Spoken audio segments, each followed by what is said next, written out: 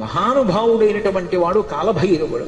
కాలభైరవుడి వృత్తాంతం గురించి కాశీఖండంలో ఎంత గొప్పగా చెప్తారంటే, మనిషి తట్టుకోలేని కష్టాలలో అత్యంత భయంకరమైనటువంటి కష్టం కారాగారవాసం. కారాగారవాసం అంతటి భయంకరమైన కష్టాన్ని ఎదుర్కోవలసి వచ్చినప్పుడు కూడా కాలభైరవ చరిత్ర చదివినా, కాలభైరవాష్టకం చదివినా, కాలభైరవోపాసనం చేసినా వాళ్ళు రక్షింపబడతారు అంటుంది శాస్త్రం.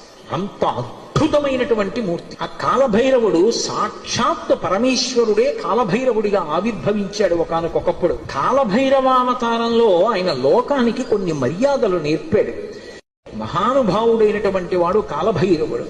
కాలభైరవుడి వృత్తాంతం గురించి కాశీఖండంలో ఎంత గొప్పగా చెప్తారంటే, మనిషి తట్టుకోలేని కష్టాలలో అత్యంత భయంకరమైనటువంటి కష్టం కారాగారవాసం. కారాగారవాసం అంతటి భయంకరమైన కష్టాన్ని ఎదుర్కోవలసి వచ్చినప్పుడు కూడా కాలభైరవ చరిత్ర చదివినా, కాలభైరవాష్టకం చదివినా,